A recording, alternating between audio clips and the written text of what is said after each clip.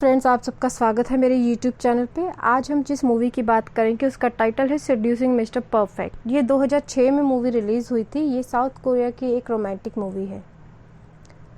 जून एक business firm में काम करती है as a business developer and analyst. जून अपनी कंपनी में झूठ बोलती है छुट्टी के लिए कि उसका अपेंडिक्स का ऑपरेशन है, ताकि वो अपने बॉयफ्रेंड के साथ क्वालिटी टाइम स्पेंड कर सके बैंकॉक जाके। पर उसका बॉयफ्रेंड बैंकॉक आता ही नहीं।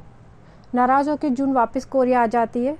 वो गाड़ी में अपना मेकअप ठीक कर रही होती है, इतने में सामने वाली की गाड़ी ठोक देती है। जून अपनी गाड़ी से बाहर निकलती है और सामने वाले गाड़ी वाले पे भड़कती है। इतने में उस गाड़ी में से रॉबिन बाहर निकलता है। पहले तो वो जून की तरफ देख के हंसता है, क्योंकि जून की लिपस्टिक पूरे चेहरे पे बिखर चुकी होती है। फिर वो ट्रैफिक सिग्नल की तरफ इशारा करके जून को बोलता है कि मैडम, आपने मेरी गाड़ी ठोकी है, वो भी सिग्नल पे। मैंने आपकी गाड़ी नहीं ठोकी।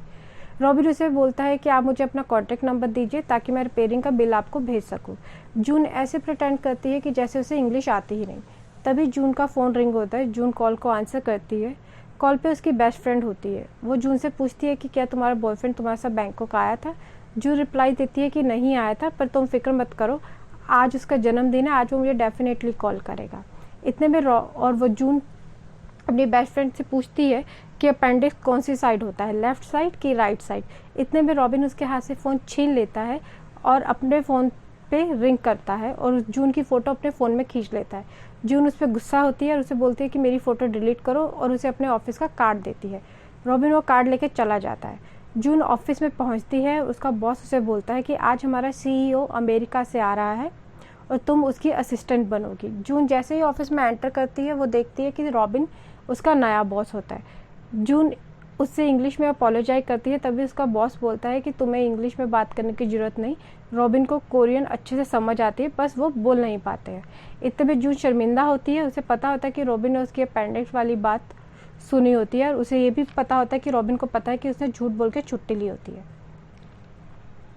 फिर शाम को रॉबिन उसे बोलता है कि आज हमारी कंपनी की पार्टी है, तुम मेरी असिस्टेंट बनोगी और तुम मेरे साथ चलोगी। जून उसके बाद पार्टी में जाते हैं। रॉबिन उसे बोलता है कि तुम कॉम्पिटिटर कंपनी से उनकी स्ट्रेटजीज पता करके आओ। इतने पे जून उस पर भड़कती है और बोलती है कि मैं एम्प्लॉयर हूँ, मैं कोई स्पाई नहीं हूँ। तो रॉबिन उसे बोलता है कि पर आपकी स्पेशलिटी तो यही है ना, बिजनेस डेवलपमेंट, तो आप प्लीज़ पता करके आइए। जून सामने वाली कंपनी की स्ट्रेटजी पता कर लेती है। पार्टी ख़त्म होती है और दोनों वहाँ से चले जाते हैं। इतने पे रॉबिन जून से पूछता है कि आपके बॉयफ्रेंड के साथ आपका रिलेशन कैसे है, वो बैंकॉक नहीं आया था क्या। तो जून उस पर भड़कती है और जून से बोलती है कि आपको मेरी पर्सनल लाइफ में दखल देने की कोई ज़रूरत नहीं है, और मैं और मेरा बॉयफ्रेंड एक दूसरे से बहुत प्यार करते हैं, सच्चा प्यार, और आपको तो शायद पता भी नहीं होगा सच्चा प्यार कैसा होता है। रॉबिन उससे पूछता है कि सच्चा प्यार कैसा होता है। तो जून उसे बताते हैं सच्चा प्यार ऐसा होता है जैसे आपकी चेस्ट पे किसी ने गोली मार दी हो। ये सुन के रॉबिन हंसता है और वहाँ से चला जाता है। अगले दिन जून एक रेस्टोरेंट में डिनर कर रही होती है। उसी रेस्टोरेंट में वो देखती है कि उसका बॉयफ्रेंड किसी और लड़की के साथ डेट पाया होता है। जून ये देख के गुस्सा होती है और वहाँ सीन क्रिएट कर देती है। उसका बॉयफ्रेंड जून को बुरा भला कहता है और जून को बोलता है कि तुम खुद भी सोचो कि तुम्हें चीट करने के पीछे मेरा क्या कारण हो सकता है। तुम्हें नहीं लगता कि तुम ही वजह हो कि मैं तुम्हें चीट कर रहा हूँ। तभी रॉबिन वहाँ आ जाता है और जून को संभालता है। वो दोनों ड्रिंक कर ही रहे होते हैं कि रॉबिन जून को बोलता है कि तुम अगर पूरी उम्र इसी तरह बिहेव करती रही तो तुम्हें कभी भी कोई बॉयफ्रेंड नहीं मिलेगा। तुम अपने आप को इतना पैथेटिक वे से क्यों ट्रीट करती हो, तुम क्यों दूसरों के प्यार के लिए तरसती हो, तुम लोगों को इतनी इंपॉर्टेंस क्यों देती हो कि तुम्हें उनके पीछे भागना पड़े। रॉबिन बोलता है कि अगर तुम अपनी वैल्यू नहीं करोगी तो तुम्हारी वैल्यू कोई नहीं करेगा। रॉबिन उसे इतना बुरा बोलता है। वो बोलता है कि अगर तुमने अभी अपने बिहेवियर में चेंज नहीं लाया तो तुम पूरी उम्र कुंवारी रह जाओगी बिना प्यार के।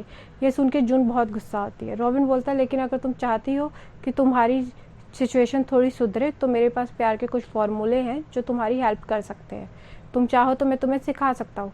ये सुन के जून और भी गुस्सा होती है और वहाँ से चले जाती है। अगले दिन जून रॉबिन के घर जाती है। रॉबिन दरवाज़ा खोलता है। रॉबिन शर्टलेस होता है और उसकी चेस्ट पे गोली का निशान बना हुआ होता है।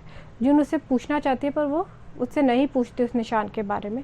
फिर जून रॉबिन से पूछती है कि कल रात आपने मुझे बोला था कि आप मेरी मदद कर सकते हैं अपने बॉयफ्रेंड को वापस हासिल करने में, आप मुझे कुछ ऐसी ट्रिक सिखा सकते हैं जिससे मैं उसे वापस पा सकती हूँ। तो रॉबिन उससे इंसल्ट करता है कि वो ट्रिक आप जैसी लड़कियों के लिए नहीं है, आप उस गेम में ठीक से खेल नहीं पाओगी, आपके लिए यही ठीक है कि आप पूरी उम्र प्यार के लिए तरसे। इतना सुन के जून बहुत गुस्सा होती है और वहाँ से गुस्से से निकल जाती है। जैसे ही जून बाहर आती है वो अपने मन में डिसाइड करती है अभी किसी और को नहीं, मैं आप ही को अपने प्यार में फंसाऊंगी। वो डिसाइड करती है कि वो रॉबिन को अपने प्यार में फंसाएगी और मिस्टर परफेक्ट को अच्छे से सेड्यूस करेगी। अगले दिन से जून रॉबिन के साथ बहुत ही स्वीटली बिहेव करती है ऑफिस में। वो रॉबिन का कैबिन अच्छे से साफ़ करती है। रॉबिन के कैबिन में एक पुरानी वर्कर की यूनिफॉर्म होती है। जून उसे गलती से बाहर फेंक देती है क्योंकि वो बहुत पुरानी और हर जगह से फटी हुई होती है। रॉबिन को जब ये पता चलता है, रॉबिन बहुत गुस्सा आता है और जून पे भड़कता है सबके सामने और बोलता है कि मुझे मेरी यूनिफॉर्म वापस ला के दो। जून ऐसे तैसे करके वो यूनिफॉर्म वापस लाती है। ये प्लान जून का फेल हो जाता है। अगले दिन जून रॉबिन के लिए होममेड फूड लाती है। एक बड़ा सारा डब्बा वो पैक करती है और उसमें एक छोटा सा मैसेज भी रख देती है कि आज रात आप मेरे साथ डिनर पे चलिए। जून ये डब्बा रॉबिन के कैबिन में रख देती है। कुछ देर बाद देखती है तो वो डब्बा वैसे का वैसा ही पड़ा हुआ होता है। जून को लगता है कि रॉबिन ने ये मैसेज पढ़ा ही नहीं। जून जैसे ही घर जाती है, उसकी बेस्ट फ्रेंड उसके पास जाती है और उसके लिए एक ब्लाइंड डेट अरेंज कर देती है। जून उसके साथ ना चाहते हुए ब्लाइंड डेट पे जाती है। वो जिस लड़के के साथ ब्लाइंड डेट पे गई होती है वो बहुत ही चिपकू टाइप लड़का होता है। जून बहाना बना के वॉशरूम चले जाती है और वॉशरूम में रॉबिन का फ़ोन आता है। रॉबिन उससे पूछता है कि तुम कहाँ हो। जून बोलती है कि मैं तो ब्लाइंड डेट पे हूँ। रॉबिन उस पर फ़ोन पे भड़कता है कि तुम भूल रही हो कि तुमने आज रात को मुझे डिनर पे बुलाया था। इतने में जून का फ़ोन डिस्कनेक्ट हो जाता है बिकॉज नेटवर्किंग एरिया में फ़ोन नहीं होता है। फिर लेट नाइट रॉबिन फिर जून को कॉल करता है और जून को पूछता है कि तुम कहाँ हो। तो जून जब उसका कॉल उठाती है तो बहुत बुरे तरीके से हाँफ रही होती है और उसके पीछे से किसी लड़के की आवाज़ आती है। रॉबिन को लगता है कि वो ब्लाइंड डेट के साथ क्वालिटी टाइम स्पेंड कर रही है उसके घर पे और रॉबिन वो फ़ोन काट देता है। अगले दिन रॉबिन जून के साथ और भी बुरे तरीके से पेश आता है। शाम को ऑफिस की एक गेट टुगेदर पार्टी होती है और रॉबिन का बिहेवियर देख के जून डिसाइड करती है आज शाम की पार्टी में तो मैं इसको डेफिनेटली सेड्यूस कर लूँगी। जून एक बहुत ही सेक्सी और रिवीलिंग ड्रेस पहनती है। जैसे ही वो पार्टी में जाती है सब लोग उसे देख के आश्चर्यचकित रह जाते हैं। जून स्टेज पे जाती है गाना गाने। वो गाना गा ही रही होती है कि माइक की जो वायर होती है वो उसके पैर में फंस जाती है और वहाँ पे गिर जाती है और एम्बैरस हो जाती है। एम्बैरसमेंट के मारे जून बहुत ज़्यादा ड्रिंक कर लेती है और ड्रिंक करके वो रॉबिन को बुरा भला सबके सामने कहती है और रॉबिन को गालियाँ देती है। जून बहुत ही नशे में होती है तो रॉबिन डिसाइड करता है कि वो उसे घर तक छोड़ने जाएगा। जैसे ही रॉबिन उसको घर के बाहर छोड़ता है तो जून उसे बोलती है कि तुम बहुत ही संगदिल इंसान हो, तुम प्यार के बारे में क्या जानो, तुमसे कभी कोई लड़की प्यार नहीं करेगी। और इतना कह के ही जून उसे किस कर लेती है। किस करने के बाद जून बेहोश हो जाती है और रॉबिन उसे घर छोड़ के चला जाता है। अगले दिन जब जून ऑफिस में आती है तो स्टाफ उसे बताता है कि किस तरह उसने अपने बॉस रॉबिन के साथ कल बदतमीज़ी की थी और उसे पब्लिकली गालियाँ दी थी। जून अपने इस बिहेवियर में बहुत शर्मिंदा होती है। वो रॉबिन के कैबिन में जाती है और रॉबिन से माफ़ी मांगती है। उस वक्त रॉबिन कल रात के हुए किस के बारे में सोच रहा होता है पर जून को किस के बारे में कुछ भी याद नहीं होता। जून रॉबिन को बोलती है मुझे माफ़ कर दीजिए, जब भी मैं पी लेती तो मैं हर किसी के साथ ऐसी हरकतें करती हूँ, इसमें कोई भी आपको ज़्यादा हैरानी वाली बात नहीं होनी चाहिए, मेरे लिए बिहेवियर कॉमन है। तो रॉबिन को लगता है कि किस करना उसके लिए बहुत ही कॉमन है और रॉबिन रिलैक्स हो जाता है। जून जैसे ही लिफ्ट में जाती है उसे याद आता है कि कल रात उसने रॉबिन को किस किया होता है और वो एकदम हैरान हो जाती है। जून लिफ्ट से बाहर निकलती है और देखती है कि उसकी बेस्ट फ्रेंड और उसकी वही ब्लाइंड डेट वाला लड़का वहाँ खड़ा होता है और साइड से रॉबिन की कार जा रही होती है। जून रॉबिन की कार को रोकती है और रॉबिन के साथ चले जाती है।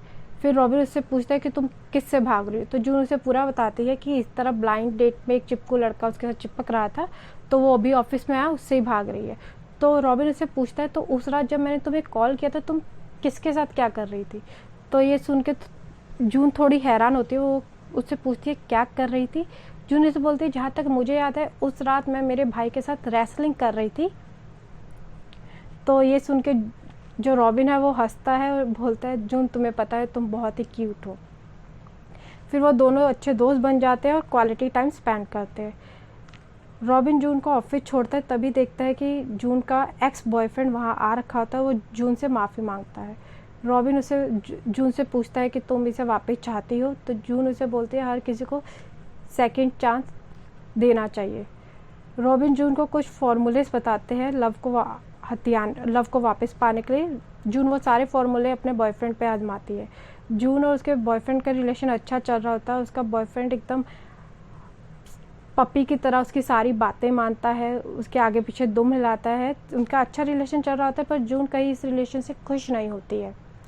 फाइनली जून डिसाइड करती है कि वो ये रिलेशन तोड़ देगी, और वो एक दिन लंच पे अपने बॉयफ्रेंड से रिलेशन तोड़ देती है।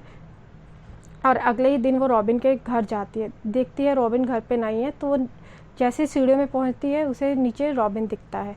वो रॉबिन से बात करती है, रॉबिन को बोलती है कि मैंने अपने बॉयफ्रेंड से रिलेशन तोड़ दिया, आपका बहुत शुक्रिया कि आपने मुझे बताया कि प्यार को कैसे हासिल करना चाहिए, पर आप सही थे, मैं वो लड़की नहीं हूँ जो फार्मूलोस के साथ किसी से प्यार हासिल कर सके।